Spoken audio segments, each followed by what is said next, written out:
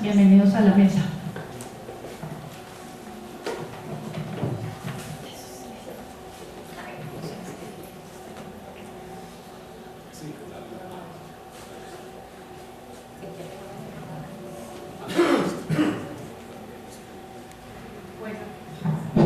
Entonces al doctor Ferro ya le paso el micrófono.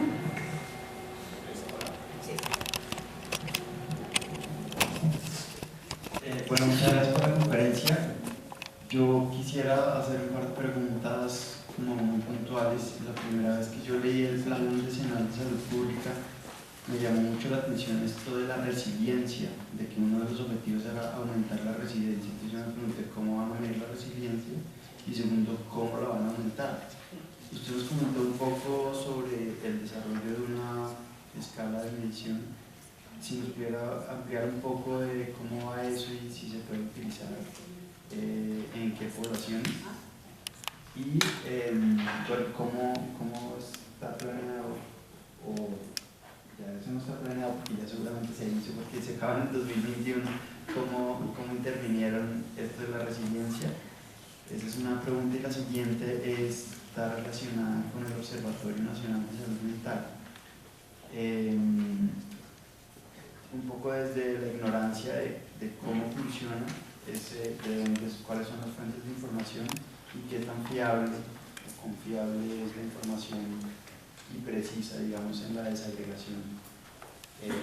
Esto a propósito de un par de ideas de investigación que tenemos en el grupo de investigación. Sí, bueno, entonces, primero pues el plan escenario empezamos a trabajar en el 2012, en el 2010, con la evidencia. Decir que fuimos soñadores con el plan, ambiciosos, realmente sale como un plan indicativo, con un gran menú, y específicamente esa resiliencia. Tal vez si hay dos metas que son bien retadoras para cumplir, es la de resiliencia y la de autocuidado. O sea, realmente nosotros discutimos mucho antes de lograrla publicar, pero finalmente es un consenso y bueno, coloquémosla. Es un reto, pero eso nos va a hacer pensarnos cómo medirlo porque es necesario. Digamos, uno no puede sacrificar un tema porque no se pueda medir. Y sí era importante, acuérdense que estábamos en todo el tema de la discusión del acuerdo de paz. Un país que necesita ser resiliente, que ha mostrado ser resiliente. Entonces, por eso fue, digamos, ¿por qué la dijimos? Porque para todo el mundo era, pero ¿cómo resiliencia? Además, ¿cómo la van a medir? O sea, es que eso es muy difícil. Pero dijimos, el tema no lo vamos a certificar por una fuente. Viene la encuesta de salud mental, o sea, me estoy devolviendo 7 años en la vida, y dijimos, tenemos que trabajar la encuesta de salud mental, y ahí vamos a mirar cómo incluir instrumentos. Finalmente en la revisión, trabajamos con la Javeriana, con el doctor Gómez y su equipo, y pues no era tan fácil mirar un instrumento.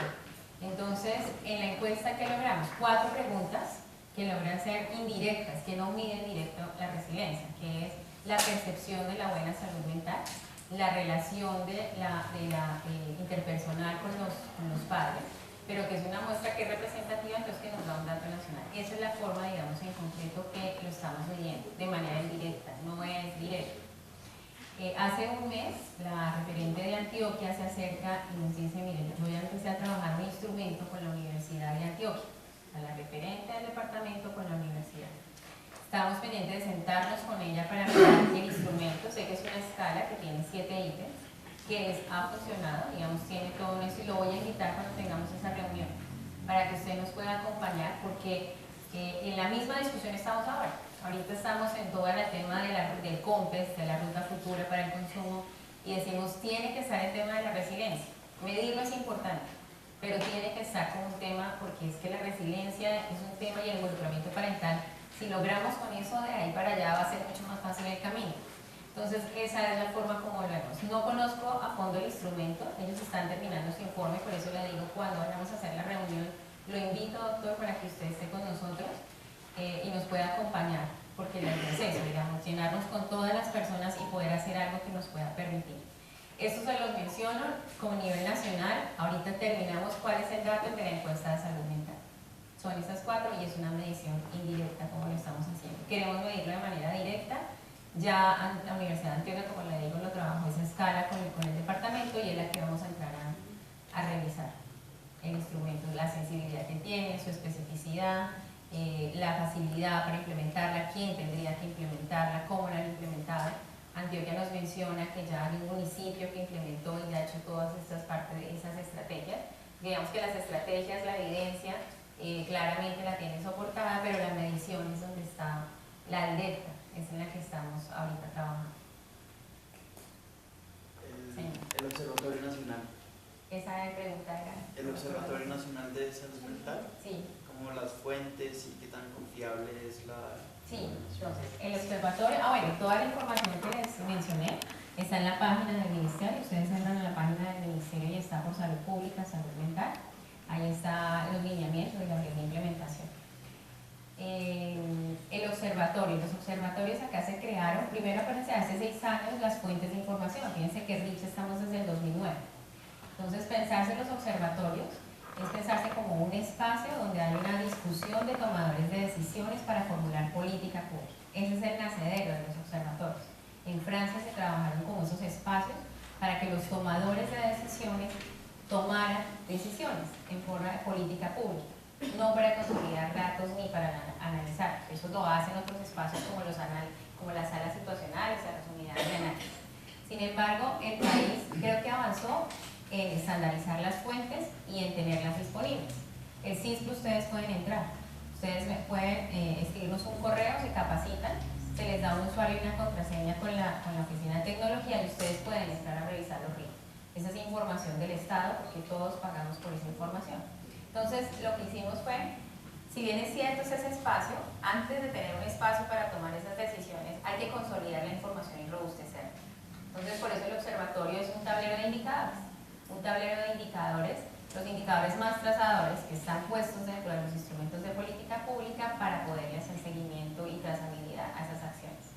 Entonces está en la página web del Ministerio, hay datos ahí que están desactualizados porque no se ha logrado, eso es un tema de logística, digamos de que OTI pueda subirnos la información y actualizarla, pero está actualizada, es confiable, la mortalidad es confiable en este país, las estadísticas vitales, es el país de Latinoamérica que tiene mejor calidad en los certificados de defunción. En este momento esa información está oficial hasta el 2017, 2018 y 2019 es preliminar. ¿Por qué? Porque es un registro que sale desde los prestadores, llega a las secretarías de salud departamental y tiene que mirarse la calidad con las reglas de codificación del CIE 10. Todavía no lo logramos, vamos a cambiar a CIE 11 y todavía tenemos dificultades en la calidad. Ustedes saben que se clasifica por causa básica, pero aquí la gente se muere más de infarto que de hipertensión. Y la causa básica es la hipertensión. Uno no se infarta ni tiene fallas renales si no hay una hipertensión de base, ¿sí? Entonces, ese tema, solo ese, para mencionarlo, ahí tenemos dificultades, por eso estamos 2 años con preliminar. Pero es confiable. La información de la encuesta es confiable. La encuesta tuvo una verificación de calidad por parte del DANI, fue certificada.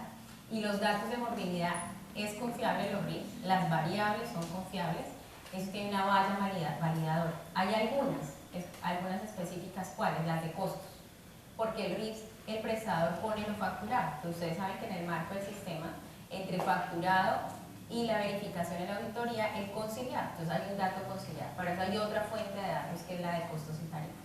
Entonces sí son datos confiables.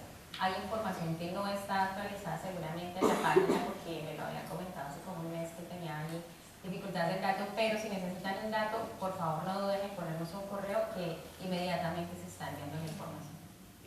Entonces sí está el observatorio, está puesto, está articulándose con el Observatorio Nacional del Instituto, que está por la ley 1438, el Observatorio Nacional de Salud es el que está operando con el Instituto Nacional de Salud, y este Observatorio de Salud Mental trabaja como digamos, articuladamente con el instituto, porque el instituto es parte del sector, es un aliado importante y estratégico para nosotros. Y también hay pues la injusticia, estamos trabajando, digamos, de manera ordenada esas cosas. ¿Quién sigue? Doctora Aguirre.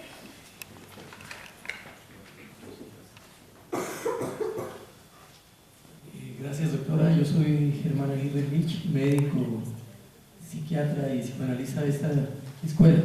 El plan en el papel maravilloso. Quisiera comentar unas breves cosas. Yo desde 1980, como jefe de salud mental del departamento y del distrito, participé en el Ministerio de todo este periplo de crear las encuestas de salud mental, etc. Y creamos el documento que tú acabas de citar, que era el CIS, donde se le daba participación a aquellos que no tienen voz, y es decir, traer el documento maravilloso basado en datos estadísticos, que ahora es lo que predomina en el mundo, los grandes datos, pero que no se acercan a aquellos que sean que son los verdaderos actores. Ese sí pues, fue cambiado, y ahora están los RIPs, que dan mayor importancia a la visión netamente económica y de la productividad, que es lo que exigen de alguna manera las políticas privadas de los entes que administran la salud, que es uno de los grandes problemas que hay en nuestro medio. Entonces las políticas de salud se planteaban desde un punto de vista mucho más integral, y estaba recordando que recientemente muere este señor Alfredo Molano, que nos mostraba en sus libros que él llegaba a aquellos territorios nacionales que se llamaban en ese momento, donde la gente no tenía ninguna posibilidad de ser escuchada. Eso ha ido cambiando, pero pongo un ejemplo bien interesante. Hace unos 10 o 12 años yo participé cuando la presidenta del Senado era Lilia Francisca, y salió la famosa ley contra la comida chatarra en general, contra los azucarados, contra los alimentos procesados, hace 10 años, y la sacamos junto con el presidente de la Cámara de Representantes, que era alguien, bueno, se me escapa el nombre, y se sacó la ley, y la ley nunca fue regulada, o fue regulada de poco, y solo ahora se ha hecho una gran campaña, después de que desde esa época yo hice un estudio mostrando cómo, representando a una fundación internacional que se llamaba Fundación contra la Obesidad y la Diabetes, y mostrando ahora cómo esas descargas de los alimentos azucarados, etcétera, trastornan el neurodesarrollo de los niños, y eso ya se ha estudiado y es la base de muchos trastornos de hiperactividad, de aprendizaje, que son, desde la visión de la neurociencia, son trastornos allá en los ejes hipotálamo, hipófisis, suprarrenales, que inciden en lo que la medicina ahora llama el trastorno inmunológico, o el otro cerebro, inmunológico, emocional, neuroendocrino, etc. Y todo eso influye en eso que se está presentando ahora. Se presentó esa ley, se aceptó después de mucha discusión, pero nunca se reguló, y solo ahora la política pública está permitiendo que se hagan esas propagandas maravillosas para mostrar que todo el daño que eso hace, solo en este momento se está regulando. Yo fui partícipe de todo ese tipo de situaciones, y entonces es importante como tenerlas en cuenta. Estos programas en los cuales pues, yo participé muchas veces, maravillosos desde el punto de vista teórico, pero cómo se llega a esas regiones, lo mostraste muy bien. Hay regiones absolutamente descuidadas donde en un momento determinado no hay ese acceso, y la respuesta la estás dando. Nosotros trabajamos en lo que se llama promoción y detección temprana y prevención, que ese es la verdadera enfoque de la medicina y no la curación. Y lo dijiste, están yendo ya en el caso de las embarazadas, de las parturientas o de los enfermos única y exclusivamente a las situaciones de urgencias, porque no hay una política territorial o una política nacional. Y la pregunta es, ¿cómo se llega a superar ese obstáculo? Porque nosotros hemos sido educados desde una visión educativa desde la individualidad, y esa individualidad no permite que haya reconstrucción y resiliencia, porque única y exclusivamente buscamos nuestra adaptación individual. Cito entonces que el ejemplo que creo que nunca se ha visto en este país fue la conciencia de ayer, donde la gente en un momento determinado pensó en los otros y se le hizo un llamado al gobierno de que hubiera una visión social. Me parece que ahí empieza la resiliencia, como reconstruir un poco esa posición del ser humano con los otros, para que no seamos lo que se ha llamado superfluos, desechables o que no contamos. Muy amable, doctor. No, esperamos que siga aportando a este país en esas construcciones y esa implementación de la política. Lo que usted dice, ¿cómo seguir avanzando? Estamos, de hecho, Nubia, que es la coordinadora del grupo de salud mental, ella es psiquiatra, Ella en este momento está en Quito haciendo capacitación y rehabilitación basada en la comunidad. Una de las formas de cerrar esa brecha es cualificar los recursos, el talento humano que tenemos en los territorios. Esa es una de las puestas en marcha. Socializarla es contarla, implementarla es ir de la mano con la gente y trabajar y hacerlos partícipes a todos. Eso es entonces, por favor, siga participando. Ese legado que usted ha hecho, lo que está diciendo la ley de obesidad, hay ventanas de oportunidad y lo hemos logrado. Fíjense que cuando fue el debate del impuesto a bebidas azucaradas, que solamente era un impuesto de bebida, solo la bebida, un alimento solo con el tema de las no transmisibles, siendo el 75% de la mortalidad en este país, hasta el 2012 llega una revisión sistemática, una evidencia muy fuerte, que dice cómo hay una asociación entre el consumo de las bebidas y la mortalidad de cáncer y diabetes. Y eso nos sirvió para poder colocar en la discusión el impuesto. Yo creo que es el mejor ejemplo ahora de una política que no se reglamentó, que no fue una ley, que no entró en la reforma, porque claramente el impuesto no estuvo, pero sí un ejemplo de un acuerdo social. Y fue poner a todos a hablar de las bebidas. Claro, estamos hablando de la soberanía alimentaria, un tema, digamos, un escenario distinto a hablar, por ejemplo, del tabaco. Es que estamos consumiendo como humanos para desarrollarnos como humanos. Y a pesar de que no quedó el impuesto en la reforma, porque acuérdense que eso entró y salió, sí se generó esa discusión, ese juego político entre actores, y se ve a lo que necesitábamos, que era la razón de ser del impuesto, empezar a desplazar el consumo hacia otras bebidas. Y se ve por los datos del DANE. Cuando el DANE mira, la producción de bebidas azucaradas ha disminuido.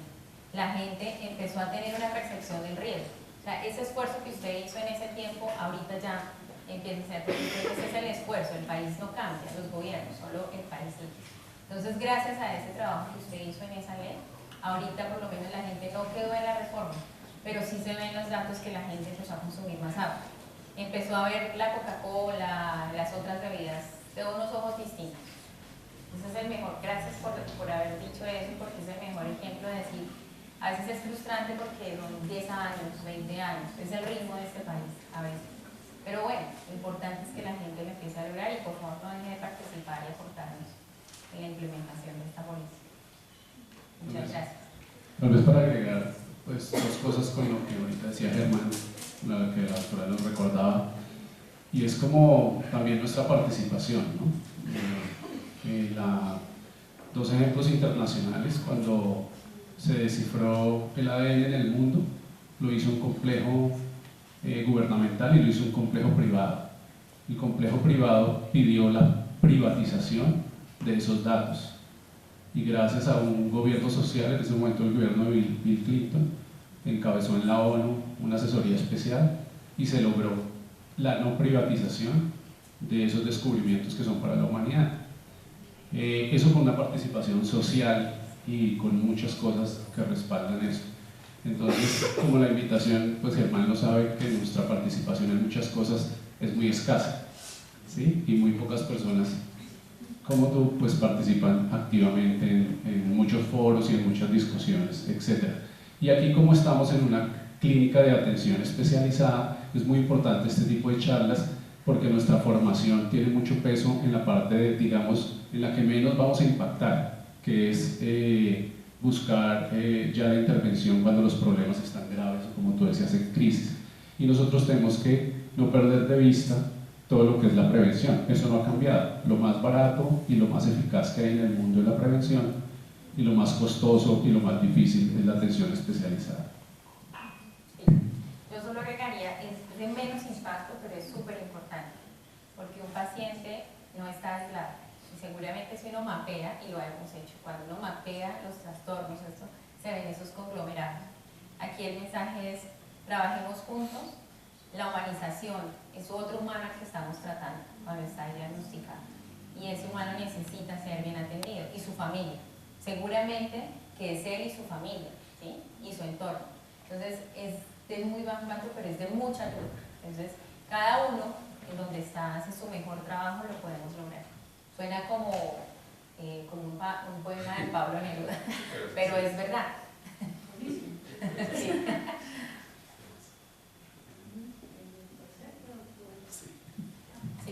Bueno, realmente estoy muy complacida con esta charla que nos han dado hoy. Quiero agradecerle al Ministerio de Salud y a la clínica que nos da la oportunidad de enterarnos de cosas muy importantes. Yo soy médica psicoanalista y a mí siempre me ha preocupado el tema de proyección social de nosotros como profesionales en salud mental. Hay varias cosas que realmente nos han informado, como por ejemplo que ahora que empiezan los nuevos funcionarios a ejercer otros tantos años y que empiezan a hacer sus proyectos, pues importantísimo el momento para entrar nosotros también con nuestros propios proyectos, como por ejemplo acá en la clínica Montserrat, que tengan algún tipo de proyecto de salud mental para presentar al gobernador, inclusive al ministro, a donde sea, para mirar si se puede implementar. Otro dato que han dado es que hay una ventana en cuanto a la salud por donde nosotros podemos hacernos oír, porque la salud mental, como decía la doctora, está estigmatizada y no le han dado el valor que tiene. El cuidar, el prevenir la salud mental en la población es básica, porque no solamente se va a prevenir el consumo de drogas, sino todas las enfermedades mentales, psicosomáticas, etcétera, que producen gastos millonarios y billonarios en el país. Entonces quería preguntarles si ustedes han tenido una política de prevención desde las maternas, desde hacer seguimiento, instruir a las maternas y utilizar todos los medios que hay hoy en día con la tecnología para hacerle seguimiento y mirar su entorno desde que están gestando a este hijo, porque nosotros sabemos que la formación de la estructura mental depende también del momento, desde el primer momento de la gestación y de las circunstancias que rodearon esa gestación. Entonces, a mí me parece importantísimo la prevención en ese momento y hacer seguimiento y otra cantidad de cosas para hacer que los niños, desde que nacen hasta los 5 años, tengan un medio psicosocial donde, que favorezca su desarrollo mental, y ya después lo que han hablado, pero esta parte me parece esencial. Muchas gracias. Sí, la mortalidad materna, ustedes saben que es un indicador trazado de una sociedad, la mortalidad materna y la mortalidad infantil. Más allá que se nos muera una materna, que se nos muera un niño menor de un año, es cómo está como sociedad, es el mejor indicador, es un indicador de desarrollo de sociedad. Por eso en todos los instrumentos de política siempre van a estar esos indicadores. Sí ha bajado la mortalidad materna. La mortalidad materna, en principio, en las zonas más difíciles, donde está más alta todavía, sigue siendo la hemorragia posparto. Sin embargo, ha empezado a variar con unos componentes inmunológicos. Pero de frente a eso nos pone en esa discusión, digamos que las políticas están en plan de cenar, por toda la parte de la tecnología, el post, de toda la atención y la ruta de la atención de la materna, está un tema estructural, y es cómo hay una gestación decidida y deseada. ¿Sí? Y eso implica, y pasa, y la evidencia lo dice, los países que se han desarrollado, los países desarrollados, es la educación. Es tan estructural la educación, porque es la capacidad para que las personas puedan tomar la decisión de tener un hijo. Rompe esquemas en un país multiétnico como grupos indígenas, donde los 14 años una gestación es parte de su historia de vida. Entonces, se han identificado, ustedes ven en el plan decenal está diferencial, todo el tema que es el componente biológico y la atención, digamos que está cubierto por el POS, todavía hay dificultades, pero digamos que hemos avanzado con el tema de las maternas, pero de base esa materna antes de ser gestante es mujer, y es como esa mujer tiene unas oportunidades que le permiten educarse, que le permiten desarrollarse, y que toma la decisión de ser o no ser madre. Hay un tema con las migrantes, porque es dinámico. Las migrantes, hay estudios, hay estudiantes que están haciendo tesis de venezolanas, mortalidad materna. Y hay un tema de hipertensión, hay un tema de síndrome de género. Pero de base hay todo un componente psicosocial, como usted me está mencionando, doctora, en estas mujeres que están predisponiendo estas patologías y mortalidad. Entonces sí se está mirando, digamos, más allá de los datos, acá la invitación es que los territorios tienen que avanzar a mirar desde lo cualitativo, como usted lo decía el profesor Molano, digamos, hay unos, no solamente el dato dice qué está pasando y en dónde está pasando, hay que reconocer esos cómo. Entonces, con las gestantes sí, digamos que es lo que más se ha desarrollado desde ese componente psicosocial, pero de ahí necesitamos que los territorios y que haya políticas estructurales que permitan que avancemos. La educación es supremamente importante en todos los países y la evidencia lo menciona. Digamos que hay evidencia y artículos que dicen que somos economías ansiosas, economías que nos pensamos en día, que no nos pensamos a 50 años, las típicas de los países tercermundistas. Y creo que es empezar por eso. Fíjense que la encuesta de demografía decir que una mujer no quiere tener hijos o que una mujer quiere 2 hijos nomás, que esos son nuestros resultados en la encuesta de demografía, nos pone a pensar en triple carga de enfermedad que tiene la mujer y el papel de la mujer en esta sociedad. Entonces, en eso, digamos, estamos trabajando, es un tema diferencial, más o menos como en los servicios, si a usted le llega un hombre y una mujer, y en edad fértil, a esa mujer córrale, porque casi un poco, córrale es porque esa mujer hizo todo antes de llegar al servicio de urgencias, que es un tema de postergamiento que hace la mujer. Entonces, importante eso, ¿no? Porque sí, más allá de la mortalidad, digamos que hemos hecho todo para una buena atención de la gestante, pero hay algo antes y es cómo esta sociedad cuida a sus mujeres. Entonces ya hemos avanzado con el tema de la violencia, hace 40 años, 50 años, la mujer, pegarle a la mujer era normal. Una política pública es cuando hay una intervención, puede el Estado hacer algo, pero además cuando la sociedad lo define como un problema. Hace 50 años no era un problema pegarle a una mujer, era culturalmente aceptado. Ahora eso es un problema y ya hay unas políticas que la protegen. Entonces es trabajarlo, digamos, desde eso sistémico, ir avanzando desde eso particular de la atención, pero lo que decía el doctor Guerrero y es cómo esas atenciones, cómo se potencian a los territorios, cómo se escucha el territorio, porque el territorio es distinto. Solo Bogotá es distinto al país, y Bogotá en sus 20 localidades es otro tema.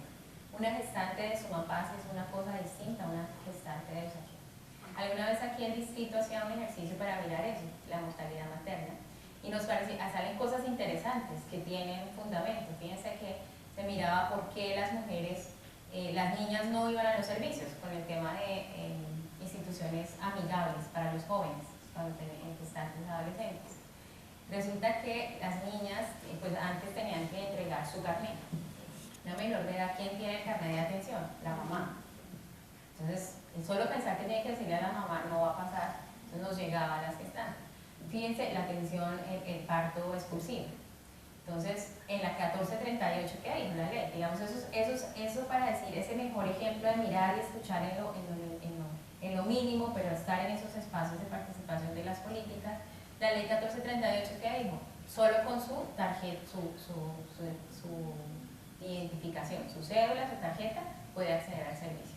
Esas son formas para la atención, pero no se puede dejar de lado todo lo que incluye para que una mujer tome la decisión de quedar embarazada. Entonces, en eso estamos. Este país, muchos retos. Ya, pues desde hace rato cumplimos el tiempo, entonces la última pregunta y cerramos. Buenos días, doctor, muchas gracias. Mi nombre es Sergio Ardila, yo soy residente de segundo año, de que habla aquí en Montserrat. Le quería preguntar respecto al trastorno por consumo de sustancias, también pues el doctor András puede incluir. La pregunta es, digamos, bueno, la charla fue muy dirigida a que nosotros como propia motivación pues nos interesemos en esta parte y creemos como centros que aborden el problema desde una prevención primaria hasta una terciaria que se haga. Pero digamos, hay una realidad en el consumo en nuestro país, es que son pocos centros los que hacen, digamos, un programa como bien estructurado, bien implementado respecto a esto, y son muchas comunidades, como usted lo decía, que funcionan, digamos, desde el sector privado, o sea, expacientes que dicen yo tengo mi casita, entonces voy a hacer un programa los lunes, miércoles, viernes en mi casa, terapias de grupo, comunidades religiosas, que difícilmente, o sea, hace poquito tuvimos una charla en la Santa Fe, que son pocas las que se han acercado para todo esto, poder implementarlo. Entonces, mi pregunta es de qué manera, porque el grueso del paciente llega a esas comunidades, o sea, acá llega cuando ya está todo muy mal y como que no, ya le tocó al psiquiatra, es de qué manera, como si eso se puede reglamentar, como que estas comunidades se tengan que vincular a estas políticas y que no puedan, digamos, ejercer si no se vinculan a esto, y que pues, de esta manera se puedan tener como datos más cuantificables. Que a propósito de eso, ahí al doctor Ferro en esa charla en la Santa Fe, digamos, unos problemas que tenían con el consumo es que el RIPS primero lo llenaba en las fuentes de información, primero lo llenaba el jefe de enfermería medianoche en el turno, entonces ponía el primer diagnóstico que era la historia médica que se hacía y muchas veces no ponía el diagnóstico del trastorno por consumo. Y lo otro es que las encuestas, en esa encuesta que va el médico por allá a la casa y entonces tiene la familia y le pregunta al menor de edad que muy probablemente consumía y tenía toda la sospecha, ¿usted consume? Al frente del papá, la mamá, del primo, pues obviamente decía que no, entonces se lo llevaba a un cuartico aparte y obviamente le seguía respondiendo que no, entonces está mirando como de qué manera corregir esa parte. Gracias. Sí, eso que tú dices es verdad, con los registros en la calidad parte los datos no los, digamos, tienen a veces dificultades, es por eso, porque no, digamos que la ley dice es el profesional de la salud el que debe tener el diagnóstico, pero también entendemos que por todo lo que implican los tiempos en el sistema, 10 minutos de atención, hay un apoyo, las enfermeras hacen un apoyo, los auxiliares, no es el mundo ideal, pero digamos lo importante es que quede bien registrado, porque esos datos son los que acumulan y esos son los datos de soporte para tomar muchas decisiones. De hecho, le comentaba al doctor, a veces sabemos que hay médicos que se aprenden 10 CIE-10 y con esos CIE-10 atienden toda la población. Entonces, bueno, esperamos que cambie con el CIE-11, ya está por llegar, ya empezamos a cambiar esa clasificación, pero de base es esas buenas prácticas. Frente a los servicios, sí, en real pasa también con el adulto mayor, digamos, hay un problema ahí, tenemos una agenda ahí por avanzar. Ya en este momento, ¿qué pasa cuando salen estas políticas? Está ahorita construyéndose la resolución de habilitación para los servicios de salud mental. Entonces, por un lado, la OPS está hablando de la desinstitucionalización de la atención de la salud mental, pero y además, digamos, paralelamente a eso que se está planteando desde la OPS, también se está, digamos, en esas normas para empezar a tener unos buenos sitios, unos sitios cualificados y habilitados, está trabajándose en la resolución de habilitación de servicios de salud mental, que ya debe estar por salir. Pero digamos que eso es lo que estamos trabajando, pero eso sale de que la gente también nos cuente qué está pasando. Por eso soy muy enfática, las políticas acá se hacen con participación de todos, y no solamente cuando se hace. Hasta ahora empezamos, no hemos hecho nada, solo empezamos, pero empezamos y tenemos que empezar con todos. Esa es la invitación. Sí, quería agregar que, bueno, estas políticas nacionales también están alineadas de alguna forma con la Organización Mundial de la Salud, de la cual Colombia pues, es miembro. Y una de las cosas que más está empujando la Organización Mundial de la Salud desde hace por ahí unos 15 años es lo que tú dices, que en las cosas fundamentales no se suelte la medicina basada en la evidencia, ¿sí? Que es uno de nuestros problemas. Yo quería dar dos ejemplos para respaldar lo que tú decías y aprovechando que tenemos el ministerio aquí al lado, y es que de cómo hay cosas muy puntuales graves, ¿sí? Nosotros, ustedes saben que eso no ocurre en el CISBEN, pero en las EPS y en las prepagadas sí, el diagnóstico de adicción es equivalente a que glosan las cuentas. Y la ley nacional desde hace más de 12 años tuvo que la Corte decir que la adicción es una enfermedad mental que tiene que ser atendida. Sin embargo, la nación no ha podido todavía lograr que sea coherente eso, y tenemos que nosotros seguir viendo cómo si llega el usuario y su familia y se pone consumo de cocaína, entonces cuenta glosada, ¿sí? Eso es algo muy grave que lleva años sucediendo.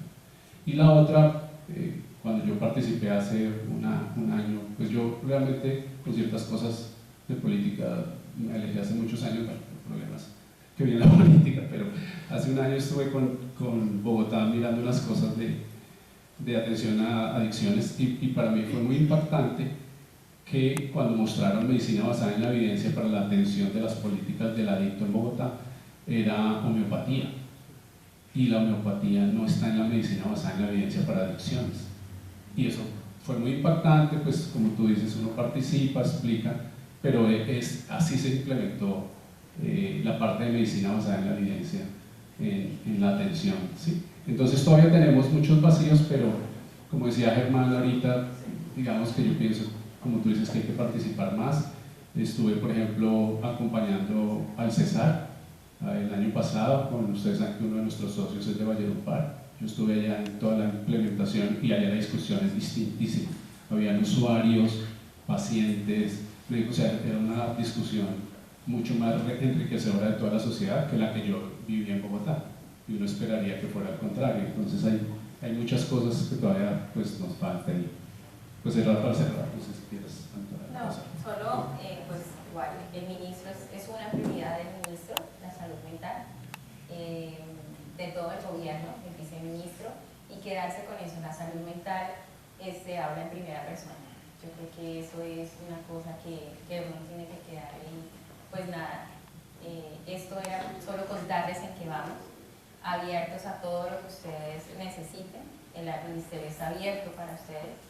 Y pues trabajamos entre juntos, podemos avanzar. Muchas gracias.